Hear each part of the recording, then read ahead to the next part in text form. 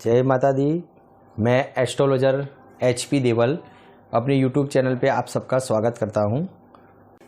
मैं आज एक इतना बढ़िया टॉपिक लेके आया हूँ जिसका नाम है मांगलिक दोष।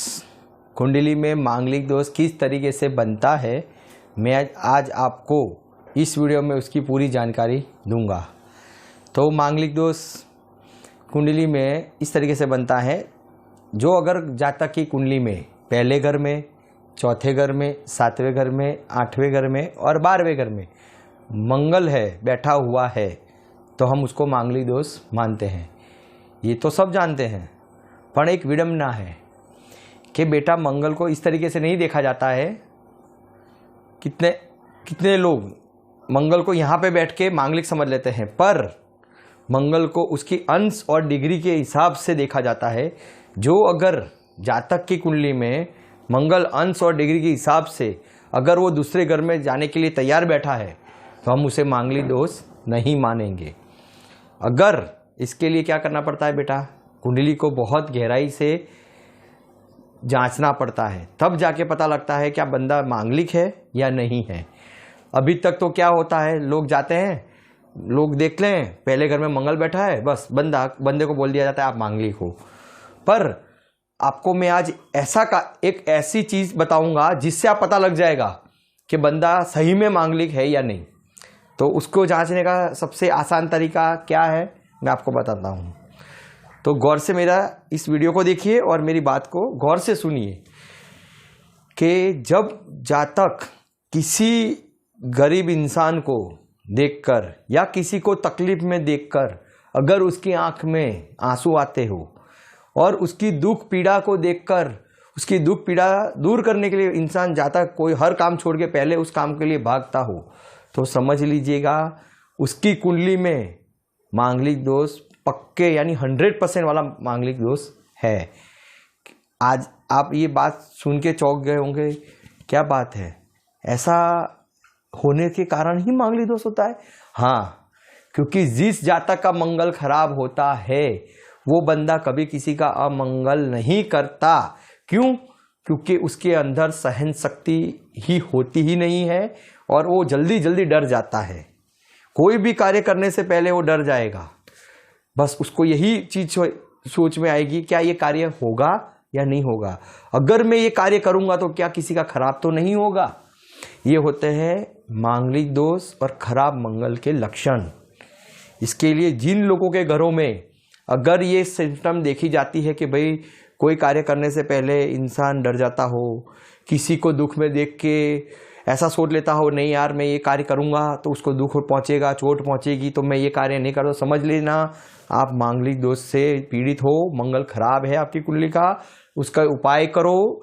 वरना ये मंगल इतना खराब होता है, क्योंकि मंगल क्या है, मंगल है हमारे साइंस की तरीके से देखे जाओ, हमारे शरीर के अंदर जो रक्त बहता है हम उसे मंगल बोलते हैं। यानी मंगल बहुत ही बड़ा और नकद धन, प्रॉपर्टी, वाहनों के सुख, प्रॉपर्टी के सुख देने वाली चीज है मंगल। और अगर मंगल कुंडली में खराब बैठा है तो सबसे पहले तो ये क्या करता है, हमारे पराक्रम को ही खत्म कर देता है।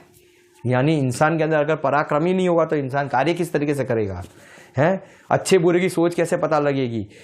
क्योंकि मांगलिक और मंगल खराब होने के क्या होता है, हम जिसके लिए अच्छा करते हैं वो जातक हमारे साथ कभी अच्छा नहीं करता। ऊपर से सामने वाला अपना मतलब सिद्ध करके हमको बीच राह पे यानी बीच रास्ते पे छोड़ के भाग जाता है। जब हमारे को उसकी जरूरत पड़ती है तब वो हमें कभी काम यानी कभी कोई मदद में आता नहीं है। इसके लिए कहते हैं कुंडली में मंगल देखना बहुत ही जरूरी है। मैंने कितनी कुंडलियां देखी, उसमें कितने जातक मेरे पास आए, पर मैंने उनको सबसे पहले एक ही बात बोली, क्या आपके साथ ये चीज़ घटती है? तो जातक की आंख में से तुरंत आंसू आता कि हाँ पंडित जी, यही होता है मेरे साथ। जब मैं किसी का अच्छा करता हूँ साला वही उल्टा मेरे साथ खराब करता है। तो मैं ये सोचता हूँ कि भगवान मैंने ये क्या ऐसी गलती कर दी जो मैं जिसका अच्छा करता हूँ मुझे ऊपर से जूते पड़ते हैं। तो बेटा इसका कारण यही है कि अपनी कुंडली का मंगल जरूर चेक करो, आपका खराब मिलेगा।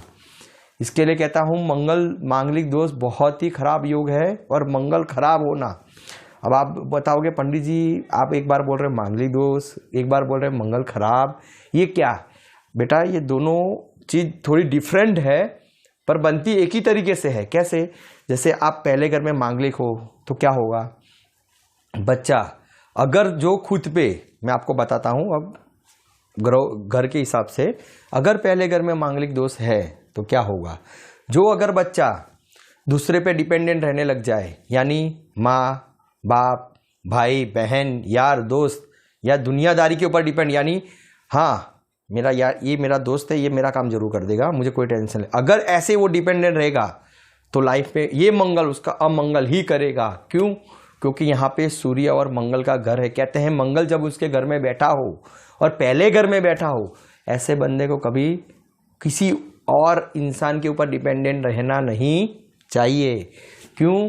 क्योंकि अगर बंदा खुद मेहनत करके खुद कमाई करेगा और किसी पे डिपेंडेंट नहीं रहेगा तो यही मंगल इंसान को एक दिन बहुत ऊंचाई और तरक्की और नाम, ऐशो आराम और वैभव लक्ष्मी देता है। इसी तरीके से चौथे घर का मंगल, अब जिस लोग देखते हैं कि चौथे घर का मंगल ये एक तरीके से अच्छा तो जरूर है, पर ये किस लोगों के लिए अच्छा है, घर के किस जातक के लिए अच्छा है और किसके लिए खराब है, ये आज मैं आपको बताता हूँ।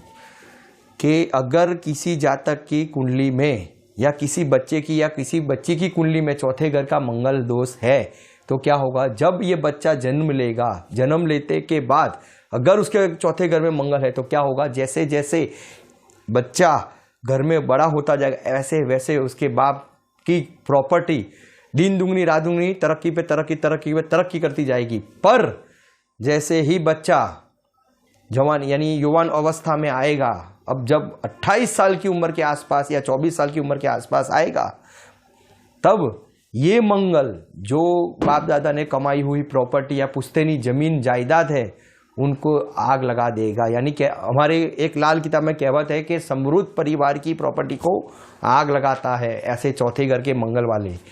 पर अगर आपने इसके उपाय करके चले और ये अमंगल होने से पहले ही इसके उपाय कर लिए गए या इसका निवारण कर दिया गया तो ये मंगल कभी अमंगल नहीं करता है। बात कर रहा हूँ सातवें घर के मंगल के बारे में। तो सातवें घर में अगर मांगलिक दोष है और ऐसा बच्चा या ऐसी जाति का है तो क्या होगा, तो सबसे पहले अगर बच्चा कुंवारा है तो क्या होगा, बच्चा के अंदर गुस्सा, चिड़चिड़ापन, उतावलापन, ये सब आपको देखने को मिलेगा। पर यहाँ पे एक विडंबना है कि अगर हमारी लाल किताब में बोला गया है कि सातवें घर में अगर मंगल है तो ऐसा कहते हैं कि मिट्टी के भरे हुए बर्तन में सेहत होगा। ऐसे घर के अंदर, मेरा कहने का मतलब ये है, ऐसे घर में धन भर भर के आएगा। पर अगर ये मंगल शुभ है तो, पर अशुभ है तो क्या होगा, बच्चे के अंदर उतनी ज़्यादा जिद्दीपना, गुस्सा, मार कुटाई की हालत, भाई बहनों में लड़ाई झगड़े रहना, घर में कलेश होना, ये सब आपको सिम्टम देखने को मिलेंगे। पर अगर जो बच्चा शादीशुदा है तो क्या होगा, पत्नी के साथ सबसे पहले उसके निजी सुख खराब होंगे, पत्नी के साथ बनेगी नहीं, पत्नी बीमार के बीमार रहेगी। अगर पत्नी बीमार रहने लगी तो क्या होगा, आज की दुनिया में लोग क्या सोचते हैं, नहीं किसी ने मेरे घर के ऊपर कुछ किया कराया करा है, मेरी पत्नी पे तंत्र विद्या मंत्र विद्या कर दी गई है, या हमारी मेरे लिए आज अच्छी थी आज खराब हो गई है, किसी ने कुछ जरूर किया मेरे घर के ऊपर नजर लगी। ये सब गलत बात है बेटा। पहले अपनी कुंडली जरूर दिखाइए। मुझे विश्वास है क्योंकि मैंने इतने क्लाइंटों की कुंडली देखी है, इतने लोगों की कुंडली देखी है, मैंने पाया कि सातवें घर के अंदर ही उसका मंगल निकल के आया। और अगर वहाँ पे कोई पापी ग्रह जैसे केतु, बुध की दृष्टि हो गए या उनके साथ सातवें घर में ही वो बैठे हुए हैं तो ये बहुत घातक साबित होता है। क्योंकि सातवें घर में बैठा हुआ मंगल और बुध या मंगल और केतु है तो पत्नी को बीमार करके पत्नी को विधवा भी बनाते, यानी पति को विधवा यानी पति पत्नी को मारते हैं, मृत्यु तुल्य कष्ट देते हैं और कभी निजी सुख को इकट्ठा होने नहीं देते हैं। अब मैं बात करता हूँ आठवें घर के मंगल के बारे में कि आठवें घर में अगर मंगल हो तो क्या होता है। एक तरीके से देखे जाओ तो मांगलिक है या ना हो उससे कोई मतलब नहीं है, पर ये अपनी लाइफ के ऊपर बहुत बड़ा घातक साबित होता है। क्योंकि 8वें घर में अगर मंगल है तो जातक अगर जो अच्छे कार्य करे तो कोई बात नहीं, पर अगर गलत संगति में चला जाए ऐसा बंदा या बंदी, यानी कि खराब सोसाइटी, यानी आप समझ गए होंगे खराब सोसाइटी का मतलब, यानी प्यार मोहब्बत की चक्कर में पड़ जाए, दारू शराब जुगार, बरोबर, मार कुटाई, खराब सोसाइटी की तरफ चला जाए, तो ऐसा बंदा इतना खराब होता है जो ढूंढने से कोई मंगल नहीं मिलेगा आपको। इतना खराब ये 8वें घर का मंगल इंसान को इतने गंदे योग देता है। इसके लिए 8वें घर के मंगल के बारे में कहा गया है, जो अगर आपका घर शादी के अंदर, अगर आपने देखा होगा जो तंदूर लगाई जाती है, वो तंदूर के अंदर जो जली हुई मिट्टी है, अगर उसके ऊपर किसी का घर बना हुआ है तो ये मंगल अमंगल नहीं, महामंगल योग कर रखता है। यानी इतना विनाशकारी है कि कहते हैं उस घर में रहने वाले सारे सदस्य महापागल होंगे। यानी कोई हर एक बात पर चिढ़ जाना, किसी को मार देना, इन लोगों के लिए आम बातें होती है। बात बात में गुस्से में आ जाना, सामने वाले को कुछ ना समझना, बस आज इसको मैं ख़त्म कर दूंगा, ऐसे गुस्से 7वें आसमान पे चले जा रहा हो, किसी की बात को ना समझ आइए। 8वें घर के मंगल के खराब योग है। इसके लिए कहते हैं 8वें घर में अगर मंगल हो तो इसका इलाज ज़रूर करके चलना चाहिए, वरना अपनी लाइफ तो खराब होगी, पर पूरे परिवार की लाइफ को ये खराब करता है। अब मैं आपको बता रहा हूँ 12वें घर के मंगल के बारे में या मांगलिक दोष के बारे में। जिस जातक की जन्म कुंडली में 12वें घर में मंगल हो तो ऐसा इंसान के अंदर गुस्सा, अगर वो कुंवारा है, गुस्सा, चिड़चिड़ापन, हेरिटेज, किसी को कुछ ना समझना, खुद की चलाना, हर बात में टोका टाकी करना, ऐसे बंदों की आदत होती है। अगर जातक शादीशुदा है तो ये पत्नी के सारे सुखों को धुआं निकालता है। कहते हैं पत्नी को खुश ना रख पाना, पति को धोखा देके किसी और के पास चला जाना, ये सब 12वें घर के मंगल करता है। और मेन बात, ससुराल पक्ष में लड़ाई झगड़े रहना, क्योंकि 12वें घर से मंगल तीसरे घर को जरूर देखता है, तीसरी दृष्टि से 25% से। इसके लिए 12वें घर का मंगल अगर जो घर के उत्तर पूर्व दिशा में ऐसे जातक ने टॉयलेट बाथरूम बना रखा है तो कहते हैं जैसे ही इसकी 28 साल की उम्र में आई तो कहते हैं लाइलाज बीमारी, जिसका इलाज आपको ढूंढने से भी नहीं मिलेगा। और आज तक कभी किसी आपको ज्योतिष ने ये चीज़ नहीं बताई होगी कि 12वें घर में मंगल बैठने से, घर की उत्तर पूर्व दिशा में टॉयलेट बाथरूम बनाने से, अगर वो टॉयलेट बाथरूम को बार बार तोड़ फोड़ करता है या उसको रिपेयरिंग कार्य कराता है तो फिर ये महाविनाशकारी होता है। कहते हैं खुद डॉक्टर भी इसके इलाज ढूंढने से भी नहीं मिलते हैं।